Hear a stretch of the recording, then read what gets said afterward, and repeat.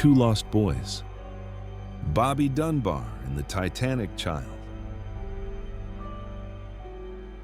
Some mysteries aren't about where someone went, but who they truly were. A child found, but not recognized. A family reunited, but maybe with the wrong son. From a small Louisiana town to the icy waters of the Atlantic, two stories would ask the same haunting question. What happens when the world gives you the wrong name? Long before the boy in the box was found in Philadelphia, another child had vanished hundreds of miles away. And decades earlier, the year was 1912. In a small town in Louisiana, a family named Dunbar had taken their 4-year-old son, Bobby, on a summer outing to Swayze Lake.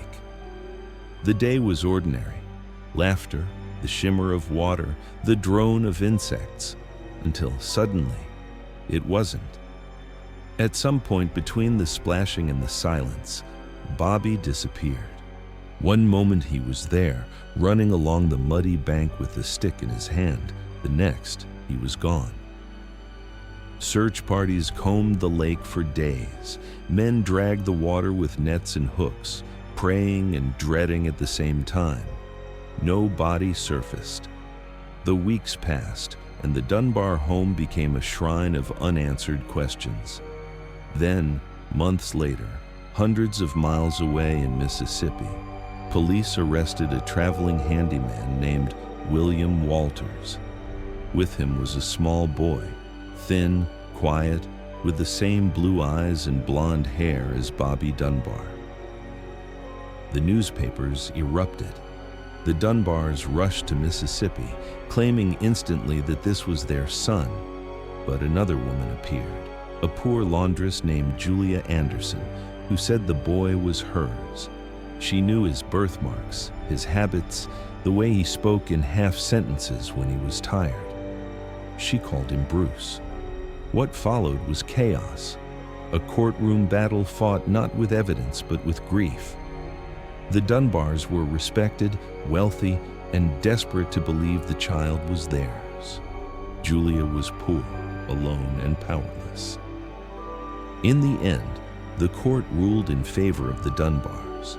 The boy was taken home to Louisiana, renamed Bobby again, and raised as their son. For decades, the story was celebrated as a miracle. Photographs of the reunited family appeared in newspapers. The child smiled uncertainly in every picture, as if unsure of who he was supposed to be. No one questioned it, not publicly, but among the townspeople, whispers lingered. What if the wrong boy had gone home? Nearly a century later, DNA testing would reveal what intuition had always suspected. The boy raised by the Dunbars was not Bobby at all. He was Julia Anderson's son, the same boy she had begged to hold one last time before the court sent him away. The real Bobby Dunbar had never been found.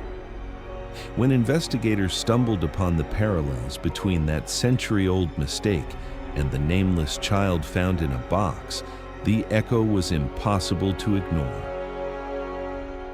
Both boys had been erased, one by the courts, the other by cruelty. Both had been given names that did not belong to them. One too many, one too few. And in both stories, the truth arrived too late to save anyone.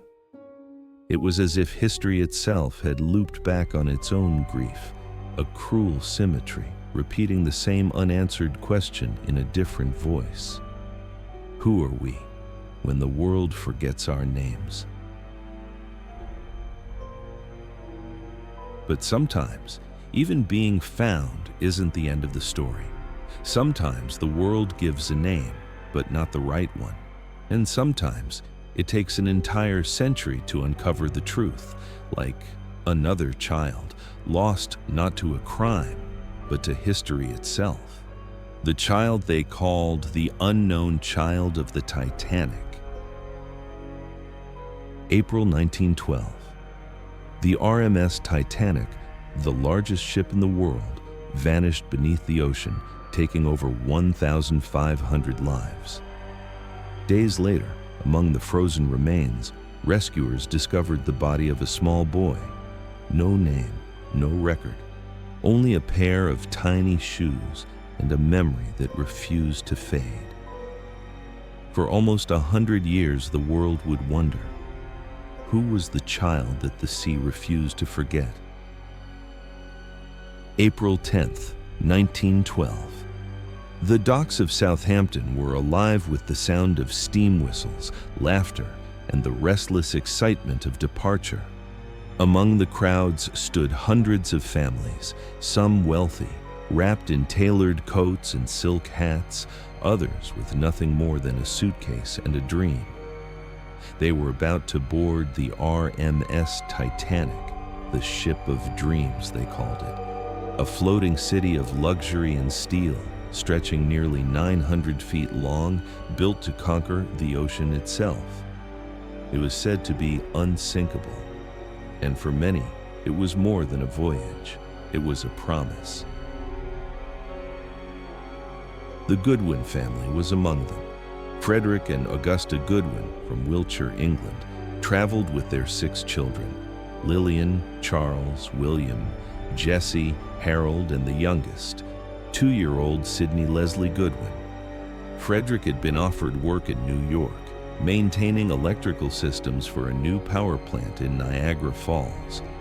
The family had sold almost everything they owned to start fresh in America, a land of opportunity and hope. But when a coal strike delayed their original ship, they were transferred to the Titanic. A stroke of luck, people said at the time. The most magnificent ship ever built on her maiden voyage, bound for a new world. They boarded in 3rd class, far below the glittering decks of the 1st-class passengers. Their rooms were small, the corridors narrow, but the children didn't care. They ran through the hallways, amazed by the smell of new paint and the sound of engines humming beneath their feet. For the Goodwins, it was an adventure, one that would change their lives forever. Out on the open sea, the Titanic was breathtaking. Its grand staircase glittered under electric chandeliers. Its dining halls served meals finer than most had ever seen. Even the 3rd-class passengers marveled at the cleanliness, the modern bathrooms, the hot running water, luxuries unknown to most working families. Newspapers wrote that she was a marvel of human progress, as safe as modern science can make her. For 4 days, the Titanic sailed peacefully under clear skies. Children played on deck. Couples posed for photographs against the railings, unaware they were capturing their final moments of joy. Below, the ship's band practiced for the evening concert. There was laughter, optimism, the sense that nothing could go wrong. But on the night of April 14th, as the ship glided silently through the North Atlantic, the temperature dropped. The stars burned cold and bright. Some passengers noticed small chunks of ice floating past in the moonlight, but no one worried. After all, the Titanic was unsinkable. And somewhere deep within the lower decks, 2-year-old Sidney Goodwin slept in his mother's arms, lulled by the hum of engines that the world believed would carry them safely to tomorrow. When the Titanic disappeared beneath the North Atlantic, rescue ships rushed toward the coordinates, searching for survivors. But by the time the Mackay Bennett reached the site, it was too late. The ocean was calm again, silent, endless, and merciless. Floating among the ice and debris were reminders of lives interrupted: a woman's hat, a wooden chair, a single violin case drifting aimlessly. Captain Frederick Larnder led the crew in what became one of the most somber missions in maritime history: retrieving the dead. They worked in freezing winds and rough waters, bringing aboard hundreds of bodies, men, women, entire families. The sailors became numb to the horror until one morning, something stopped them cold. In the pale light of dawn, a sailor spotted what looked like a bundle of fabric rocking gently in the waves. When they pulled it aboard, it was not a bundle, it was a child. A little boy, perhaps 2 years old. His body was perfectly preserved by the cold, his tiny hands folded against his coat. The sailors stood in silence. Some removed their caps, others turned away. After hours surrounded by death, this was different. This was innocence. The ship's physician recorded what he saw. A fair-haired boy, approximately 2 years of age, dressed in a gray coat, brown shoes, and woolen stockings. There was no identification, no initials stitched into his clothes, no clue to his name. But to the crew, he was no longer just another recovery. He was their child. One crew member later wrote that hardened men wept openly that day.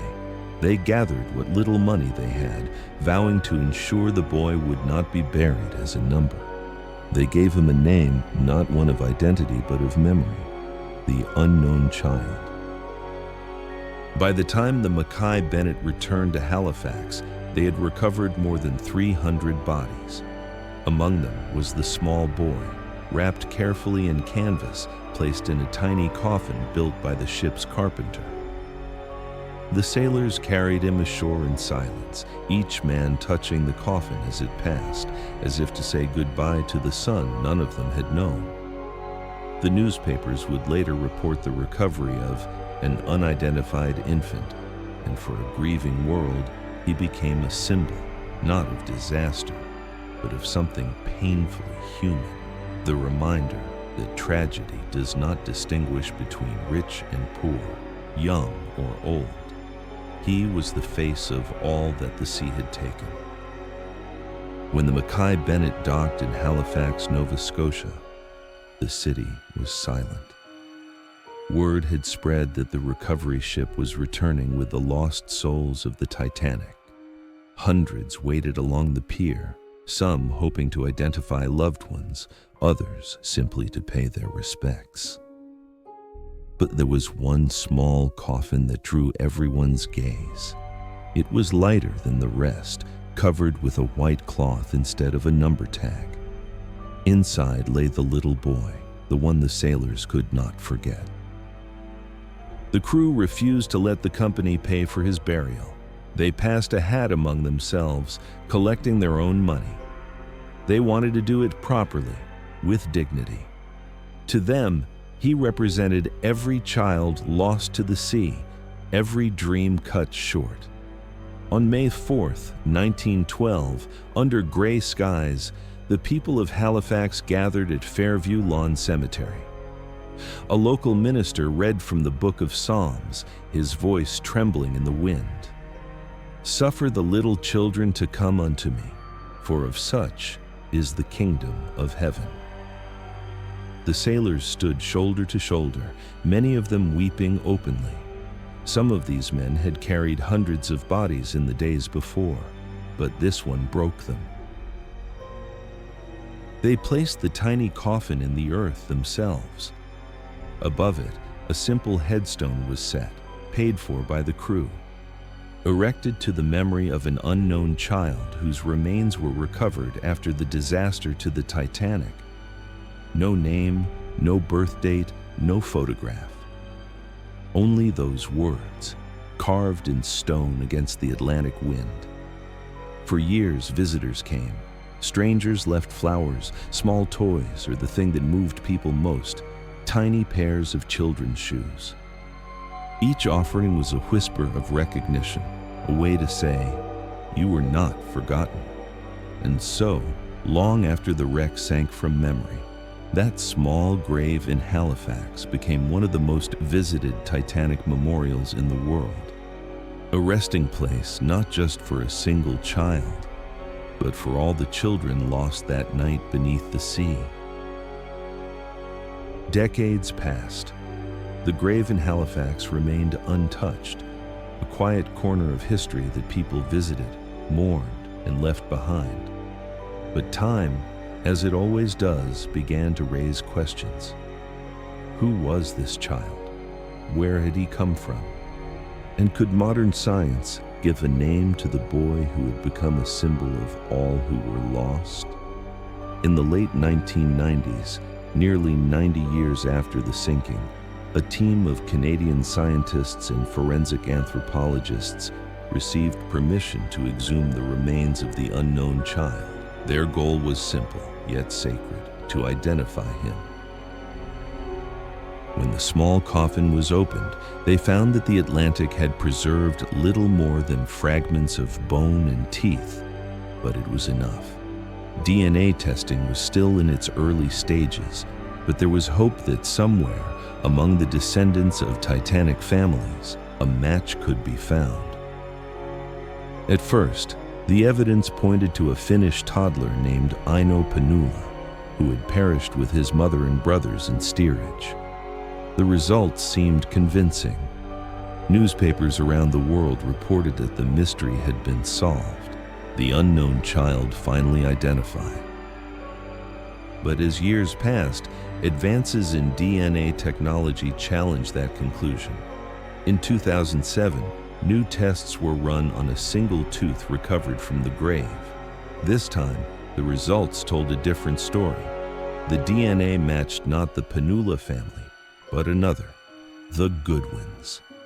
The scientists had found the truth. The unknown child was Sidney Leslie Goodwin, the youngest of 6 children who had boarded the Titanic with their parents. The entire Goodwin family had perished together that night. No one had ever come forward to claim them because no one had survived to tell their story.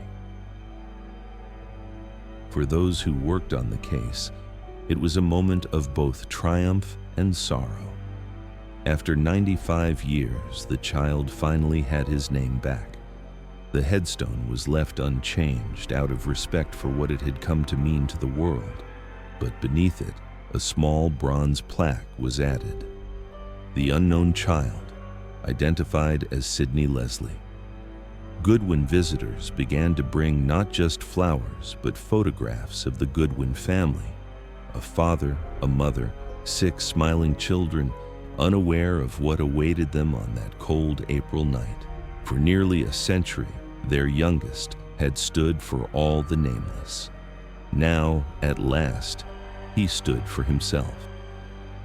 More than a century has passed since the Titanic sank beneath the Atlantic, yet the story of the unknown child still draws people to his grave. Visitors come from around the world, some historians, some families with children of their own, some who simply want to stand in front of that small headstone and feel connected to a moment that changed history. Over the years, countless pairs of little shoes have been left at the base of the stone, tiny symbols of innocence and loss. The tradition began with one man, a police officer from Halifax, who felt haunted by the story of the boy. He placed a child's pair of shoes at the grave, in silence. Soon, others followed. Now, every spring, the ground around the stone is covered with flowers, toys, and shoes, messages written by strangers more than 100 years later. You are found. You are remembered. For historians, Sidney Leslie Goodwin's identification was a triumph of modern science, the final closure to a mystery that had lingered for generations. But for most people who visit, it isn't about DNA or technology. It's about the reminder that behind every statistic, every list of names, there was a face, a voice, a heartbeat. That even the smallest life can carry the weight of an entire tragedy. And when people stand there, looking down at the stone that still reads the unknown child, they often notice that no one ever replaced it. His name may now be known, but that word, unknown, remains, because it no longer represents just him. It represents all the children who were never identified, all the families who never got an answer, all the lives the ocean swallowed whole. In that sense, Sidney Goodwin's story mirrors another boy's, one lost not to the sea, but to time itself. Like Bobby Dunbar, Sidney became a symbol of how fragile truth can be and how long the world takes to care. Both boys were found. Both gave us names that carried the weight of memory. And both remind us that identity is more than blood or proof. It's the story the world chooses to remember. Because sometimes being found isn't about where you end up. It's about being seen and remembered. Every secret waits to be revealed. Every silence that carries an echo, every story is waiting to be told. What about yours? What do you think about this case? Share your thoughts in the comments. Every voice matters. Subscribe and step into the echoes of truth.